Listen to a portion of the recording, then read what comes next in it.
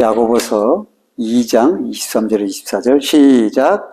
이에 성경에 이른바 아브라함이 하나님을 믿으니 이것을 의로 여기셨다는 말씀이 이루어졌고 그는 하나님의 벗이라 칭함을 받았나니 이러보건대 사람이 행함으로 어렵다 하심을 받고 믿음으로만 아니니라. 아멘. 우리는 신앙생활을 하면서 하나님에 대해서 친밀하기보다는 두려움과 어미로움을 먼저 그런 경외감을 가져야 된다. 그런 생각을 하게 됩니다. 그래서 그런 부분들을 강조를 하죠. 그런 유대인들, 특히 서기관, 유대 바리새인들, 또 사두개인들, 이들은 굉장히 하나님을 두려워한다고 자기 스스로 생각을 했죠. 그 중에 서기관들은 성경을 필사할 때, 여호와 하나님 이렇게 나오면은, 옷을 갈아입고 와가지고 정자세로 붓을 다시 한번 빨고, 그렇게 해가지고 여호와라는 말을 썼어요. 그만큼 여호와 하나님을 경외한다고 자기들은 생각을 했죠. 그런데 그런 경외와 두려움이 하나님과 이렇게 일체화되고 하나님과 나누고 하나님과 친밀하게 지내는 삶이 되지를 못했던 것이죠. 그러니까 하나님의 속이 무엇인지를 몰라. 그러니까 그렇게 사랑하는 아들 독생자를 또 이제 땅 작은 굴 베들레헴아, 너에게서 한 다스리는 목자가 나오시겠다고 그렇게 말씀을 다 필사를 수십 번 했는데도 불구하고 예수 그리스도를 배척하게 되는 그런 일들이 벌어지는 거죠. 그래서 우리들이 어미로움과 두려움과 경외가 신앙생활에 유익을 가져다 주느냐. 물론 조금의 유익은, 어느 정도의 유익은 가져다 주지만은 진실로 하나님 앞에 가까이 다가가는 삶은 되지 못한다고 하는 거예요. 그래서 유대인들의 실패가 여기에 나오는 거예요. 우리도 그래요. 하나님은 무서운 하나님, 두려운 하나님. 율법 시대는 더 무서웠죠. 그러니까 이해는 갑니다. 그렇지만 그러지 못하도록 하기 위해서 가까이 다가고 친밀한 하나님이시라는 것을 알게 하기 위해서 아브라함을 등장시켜서 아브라함은 나의 벗이라고 말을 함으로써 아브라함은 유대인들의 믿음의 조상이요 오늘날 우리들의 믿음의 조상인 것이죠. 그 머리가 하나님이 그 머리를 향해서 우리의 머리를 향해서 너는 나의 벗이라 그런 거죠. 자, 아담이 우리의 머리입니다. 범죄의 머리가 되어서 우리 모두 아담의 후손들은 다 범죄를 가지고 태어나는 거예요. 그러면 믿음의 조상으로 새롭게 세워진 아브라함에게 너는 나의 벗이라고 말했다면 우리는 어떻게 되는 겁니까? 우리도 우리도 아브라함과 더불어 벗이 되는, 아브라함만 벗이고 나는 아니야. 이게 아닌 거죠. 친구, 벗이란 말은 좌로 우로 합쳐져 가지고 서로 하나가 된다. 그런 말이죠. 아주 친밀하다. 사랑하고 친밀하고 우정을 나누는 가까운 사이다. 속마음도 털어놓는 사이다. 이런 의미가 되는 것입니다. 그래서 이렇게 우리가 대표적인 믿음의 사람 아브라함을 통해서 하나님이 너는 나의 벗이라 이렇게 말씀하시는 것을 우리들이 생각하면서 나는 신앙생활 하면서 주일 안 빼먹으면 하나님이 나 치실 거야. 이런 두려움으로 신앙생활을 하고 있는가. 11절을 빼먹으면 나는 망하게 되는 거 아니야? 그리고 그런 마음을 갖고 신앙생활을 하는 것과 내가 사랑하니까 주님을 나의 벗인데 나의 친구 되시는 우리 아버지 하나님 이렇게 가까이 그렇게 늘 생각할 때 오히려 더 능동적인 신앙이 되어서 하나님 앞에 늘 가까이 다가가고 내 신앙이 활력 있는 신앙, 그리고 주님의 것이 나에게 나눠지고 나도 주님의 것을, 주님의 마음을 나눠줄 수 있는 축복의 그런 시간이 사람이 되게 된다는 것입니다. 그러므로 오늘 아브라함을 통해서 우리들이 그,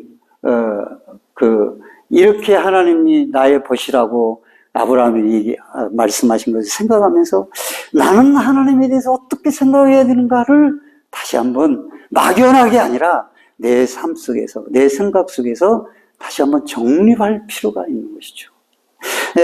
구약의 대표적인 믿음의 사람이 아브라함이었습니다. 근데 아브라함이 언제 나의 벗이라고 일컬음을 받았습니까? 그것은 이삭을 제단에 바칠 때 행함으로 의롭다 하심을 받은 것이 아니냐라고 야고보서 기자는 말합니다. 그러니까 아브라함이 믿음이 딱 증명된 것이 자기 독자 이삭을 백세의 자식을 하나님이 바치라고 했을 때 과감히 3일길을 가서 모리아산에 제단을 쌓고 독자 이삭을 번제로 잡아 드리려고 할 때에 하나님이 아브라함아 부르면서 이삭을 해치지 말라. 이제 네가 나를 인정하는 줄 내가 알았도다. 그렇게 말씀하셨어요. 그 믿음을 통해서 이제 너는 나의 벗이다. 이제 그렇게 말씀을 하시는 것이죠. 그래서 우리들이 여기서 생각할 때 우리는 믿음을 또 하나, 믿음을 강조하는 기독교를 생각해 봐야 됩니다. 기독교가 믿음을 강조하다 보니까 믿음이 만능 열쇠처럼 사용이 됩니다. 그래서 믿기만 하면 칼빈이라든지 이런 사람들이 이신층의 교리를 가지고 그 교리를 강조했습니다. 그러니까 개혁주의도 이신층의 교리를 믿음으로 의롭게 된다. 아주 좋습니다. 그리고 그게 진리입니다. 그러나 야고보서 성경은 그렇게 균형을 맞추는 거예요. 믿음이 아무리 믿음이 있다 할지라도 행위가 따르지 않으면 그건 믿음이 아니다라고. 그러니까 믿음의 구원을 위한 유일한 열쇠는 행위가 같이 갈 때라고 하는 거예요. 그래서 믿음은 행위와 떨어질 수가 없다라는 것이 야고보의 관점이에요. 그러니까 로마서는 믿음으로 옳게 된다. 그러면 야고보는 행위를 강조해. 행위가 없는 믿음 공허하잖아요. 나 예수 믿어. 사는 건 예수 안 믿는 거예요. 불신앙이요. 자기 생각이 옳아. 그리고 유튜브에서 뭐 하면은 그래 그게 옳은 거야 하고 거기 따라가는 거예요. 사람들 말하는 거 사람들 그래 저렇게 살아야 되는 건데 나는 예수 믿는데 이렇게 촌스럽고 초라하고 이렇게 별 볼 일 없어. 그러니까 믿는 것이 이렇게 별 유익이 없는 거야. 이런 생각을 하면서 나는 예수 믿는 사람이라는 명찰을 찾지만은 삶은 자기 마음대로 사는 건 불신앙입니다. 그런 신자들이 수두룩한 거예요. 믿음은 얘기해요. 나 믿어서 구원받았어. 그런데 삶은 구원받은 삶이 아닌 거예요. 그래서 이 믿음을 우리가 다시 한번 허망한 믿음은 아닌가, 공허한 믿음은 아닌가 라는 우리들이 생각을 해봐야 되는 것입니다. 믿음이 구원을 위한 유일한 열쇠라는 것은 절대 부정할 수가 없습니다. 사실입니다. 그러나 믿음과 행위가 둘이 아니라 하나라는 말씀도 맞는 것입니다. 믿음을 증명하는 것이 행위이기 때문에 주님을 믿는다고 하면서 주님을 거역하는 삶을 계속 살아가고 자기 마음에 옳은 대로 하면서 믿음으로 따라간다라고 하는 것은 증거가 없는 것이에요. 아브라함은 그 증거를 보여주므로 너는 내 벗이라. 이제 네가 나를 인정하는 줄 알았노라 라고 말씀을 하고 계시는 거예요. 그래서 이사야서 41장 8절에 나의 종 너 이스라엘아 내가 택한 야곱아 나의 벗 아브라함의 자손아 그랬습니다. 나의 벗 아브라함의 자손아. 아브라함은 그래서 하나님의 벗이 되었어요. 이렇게 말하는 이유가 그 후손들도 아브라함 우리 조상이 하나님의 벗이었어. 그럼 우리는 뭐야? 우리도 하나님의 벗이야 라고 생각해 주기를 바란 것이죠. 그 어미로운 시대에 이렇게 믿음과 행함의 일치로 말미암아 공허하지 않는 신앙을 가진 아브라함을 향해 너는 나의 벗이라고 부르신 거죠. 사실 보세요. 내가 어떻게 하나님의 벗이 돼? 아브라함은 흠이 많습니다. 살다가 힘들어서 애굽으로 피신을 가고 거짓말이 필요하면 자기 누이라고 거짓말 치고 목숨을 부지하기 위해서 아내도 버리고 여종에게서 아들도 얻습니다. 네 부인에게서 난 아들. 그 아들이 그 아들을 통해서 약속을 주신다고 했는데 그냥 못 참고 하가를 데려다가 이스마엘을 낳게 되는 거 아닙니까? 또 부인 송아에 여종의 아들을 지켜주지 못하고 또 추방합니다. 믿음이 더딥니다. 지시한 땅으로 가면서도 갈짓자걸음을 하란에서 15년을 머물고 그리고 늘 세상과 보타고 인간적 계산과 보타고 그렇게 해서 자기 머리로 공경에서 벗어나려고 하는 겁니다. 그게 아브라함이에요. 그렇게 허물 많은 아브라함이 어떻게 하나님의 보시라 칭함을 받게 되냐 이 말이죠. 그런 생각을 해봅니다. 나도 이렇게 허물이 많은데 근데 내가 어떻게 보시라고 하나님 앞에 나는 하나님이 보시야 이렇게 말할 수가 있어? 라는 생각을 갖게 되는 것입니다. 여러분, 그런데 아브라함은 따라서 점점점 나아졌다.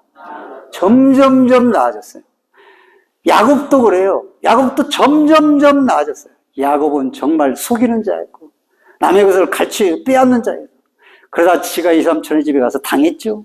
당하고 나면서 거기서부터 훈련이 되는 겁니다. 그래서 점점점 이제는 애굽으로 아들이 살아있으니까 내려가 오라는데요. 꽃가마를 보내왔어요. 기도합니다. 기도해보고 하나님 내려가야 됩니까 말아야 됩니까? 약속의 땅에 와 여기 떠나지 말아야 되는데 가야 됩니까? 가라. 그러니까 그때서 가는 거예요. 그때서. 그래서 가다가 멈추면 거기서 예배하는 거예요. 아브라함도 마찬가지예요. 가는 곳마다 초기에는 무상상사에서 예배가 뭔지도 몰랐죠. 그러나 그 말씀을 의지하고 갈 바를 몰라 갔지만은 아브라함은 성경을 읽다 보면 아브라함이 가는 곳마다 이제는 제단을 쌓고 이 하나님을 예배하는 것을 보게 되는 겁니다. 그리고 그 시험들을 통해서 점점 결국은 독자 이삭 약속하신 아들을까지도 하나님 앞에 왜 히브리서 기자는 살리신 줄 믿고 그 이삭을 드렸다라. 이삭을 자기가 죽여서 번제로 드리면 하나님이 살려주실 거를 믿었다라는 거예요. 얼마나 큰 좋은 믿음입니까? 그러니까 점점점 좋아지는 신앙. 여러분들이 예수 믿고 기간이 얼마나 됐습니까? 인품도 성품도 목사인 나도 그러는데 뭐. 그런데 우리가 좋아져야 됩니다. 할렐루야. 좋아져야. 신앙은 더 나아져야 돼요. 물론 인품이 좀 안 좋아도요. 내가 하나님 앞에 진실한 신앙을 소유한 분들이 있어요. 그분들은 마땅히 존경받을 뿐이에요. 그러면서 더불어도 하나님의 형상과 모양을 닮아가야죠. 그래서 점점 신앙이 깊어가는 거예요. 그게 바로 아브라함의 신앙인 거예요. 처음부터 하나님이 너는 나의 친구라고 말씀하지 않았어요.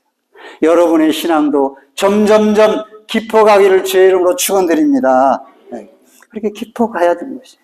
그래서 친구의 지경까지 결국은 올라서서 벗으로 인정을 받았던 것입니다. 창세기 22장 12절에 사자가 이르되 그 아이에게 손을 대지 말라. 내가 내 아들 내 독자라도 내게 아끼지 아니했으니 내가 이제 네가 하나님을 경외하는 줄 알아.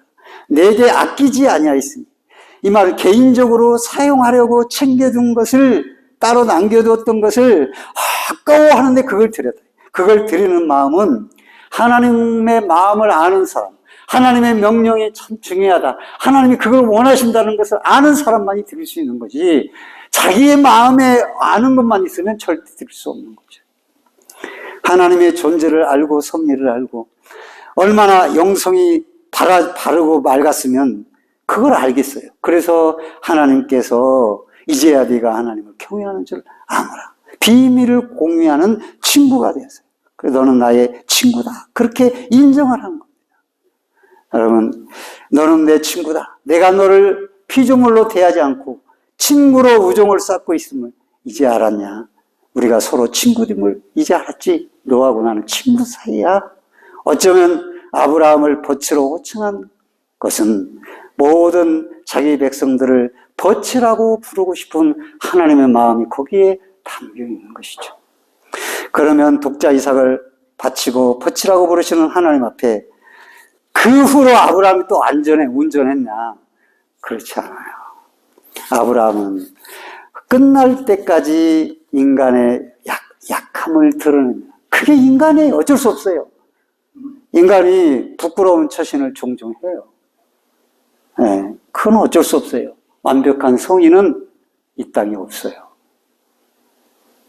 그래서 우리들이 실수하고 뭐 조금 안 좋은 그런 것이 있다 해가지고 의기소침하고 낙심하고 신앙에 불이익을 가져오게 하고 아이고 이제 나는 이렇게 해서 기도해도 응답도 안 해주지 뭐 이런 식으로 생각하고 아이고 오늘 교회도 안 갈래 기분 나빠 오늘 대판 싸우네 교회 가면 뭐 하겠어 이러고도 안 가고 이렇게 돼서는 안 된다라는 것이죠. 왜? 우리는 어쩔 수 없이 연약한 육신을 가지고 있기 때문에 그래요. 선언하셔서 육신은 사망이에요. 어쩔 수 없어요. 나중에 우리가 죽어야 육신과 영이 합쳐서 신령체로 덧입는 것이지 지금은 이 육신은 땅에 버려져야 되는 거예요. 그러니까 육신으로는 자꾸 세상으로 나가려고 하는 경향이 있는 거예요. 그래서 이 아브라함이 그렇습니다. 그렇게 버시라고 칭함을 받고 독자 이삭을 바치고 있으면 완벽해가지고 기계적으로 말이지. 하나님이 버튼 입력하는 대로 순종하고 다 해야 되는데 그렇지 못한 거예요. 그 나이 먹고도 말이죠. 후처를 취했어요. 그래 25장에 아브라함이 후처를 취했으니 그 이름은 구드라라. 그가 시므람과 뭐 자식들을 쫙 낳았다고 나오고 있습니다. 6명의 자식들이 나옵니다. 그러니까 지금 이 팔레스타인이 나오잖아요. 팔레스타인 이스라엘이 있으면 위쪽에는 서한 지구에는 온건파들이 팔레스타인 원주민들이 살고 있어요. 가자 지구에는 아주 하마스를 중심으로 한 아주 잔인한 사람들이 살고 있어요. 위쪽은 말이 없어요. 서로 협상해서 대표하고 얘기해가지고 잘 살고 있는데 밑에는 지금까지 100회의 폭탄을 이스라엘에게 던진 사람, 테러를 자행한 사람들이에요. 그러니까 막 맞고 지들 스스로 그런 거예요, 그게. 근데 여호수아가 가나안을 정복했잖아요. 그 원주민들이 바로 그들이에요. 그런데 그들만 있는 게 아니라 나중에 이슬람교가 그걸 점령을 합니다. 이슬람교 점령했다가 또 영국에서 거기 점령합니다. 영국이 점령해가지고 이스라엘 딱 2000년 동안 나라가 없었지? 다시 옛날 땅으로 돌아와. 그래가지고 이스라엘이 다시 돌아갑니다. 2000년 만에 해방이 되어서 그 나라에 들어가죠. 거기 살던 사람들이 갈 데가 없어. 그래서 위로 가고 밑으로 가고 했던 거예요. 근데 이 하마스는 우리 땅인데 해가지고 복수를 품고 계속 폭탄을 투척하는 거예요. 그러니까 벨 짓을 다 하고 막 그렇게 해놨죠. 아이언돔 설치하고 막 그렇게 되잖아요. 이스라엘이 6.1 전쟁 아시잖아요.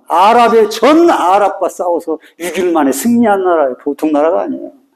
미국의 26%가 돈 있는 사람, 머리 1위부터 26위 유대인들이에요. 그리고 또, 자꾸 금융기가 잡고 있는 게 다 유대인들이에요. 말도 못해요. 그러니까 미국이 직감 나서잖아요. 어쩔 수 없어요. 그렇게 되는 거죠. 그렇게 하는데 거기에 보면 다 섞여 있어요. 아브라함, 이스마엘 자손도 있고, 에서의 후손도 있고, 이렇게 아브라함이 낳은 자식들도 있고, 그들이 다 중동의 사람들이에요. 이 이슬람교가 얼마나 무섭습니까, 무슬림이. 코란 아니면 죽음을 주라는 거죠. 무서운 족속들입니다. 거기에다가 자식들도 다처제로 많이 낳잖아요. 그러나 우리는 걱정할 건 없어요. 하나님의 구원수는 다 차기 마련인데, 그래서 우리 믿는 사람, 교회도 그래요. 이슬람이라고, 왔어요. 직장에서 막 사귀어가지고, 예수 믿는 사람, 저 사람 전도해야지 이슬람과 결혼했는데, 야, 결혼해가지고, 나 이슬람 안 믿어? 난 예수 믿을 거야. 해놓고 해서 결혼했는데, 결혼 딱 하니까, 야, 우리 고향에 한번 가자. 가가지고는 거기서 살아버리는 거예요. 그 이슬람교도 만들어버리는 거예요. 나올 수도 없게. 무서운 일들이 벌어지는 거죠. 그래서 이슬람 교도들과 전도한다고 함부로 결혼해서는 안 되는 것이에요. 어떻든 말이 좀 길어졌지만은 그렇게 허물이 있음에도 불구하고 하나님은 뭐라고 나는 따라서 아브라함의 하나님이요, 이삭의 하나님이요, 야곱의 하나님이다. 그렇게 부름받음을 부끄러워하지 않았어요. 하나님은. 우리를 부끄러워하지 않았어요. 아브라함을 부끄러워하지 않았어요. 맨날 사기치는 야곱도 부끄러워하지 않았어요. 하나님은 부끄러워하지 않아요. 우리가 좀 잘못해도 우리를 부끄러워하지 않는 것이죠. 그렇게 되는 거예요. 세상 사람들은 막 비난해요. 믿음의 사람이 조금 잘못하면 비난해. 물론 그러지 말아야지. 세상에 신문날 짓은 하지 말아야지. 그럼 믿는 사람이 잘못 사는 거죠. 그런데 하나님은 우리를 보고 부끄러워하지 않는 거예요. 허물을 가렸기 때문에. 하나님이 아브라함과 버시릴 수 있는 이유는 보편적인 게 있습니다. 보편적인 이유가 첫째는 감사하게도 인간을 창조하면서 당신의 형상과 모양으로 창조했어요. 짐승은 아니요. 형상과 모양이 없어요.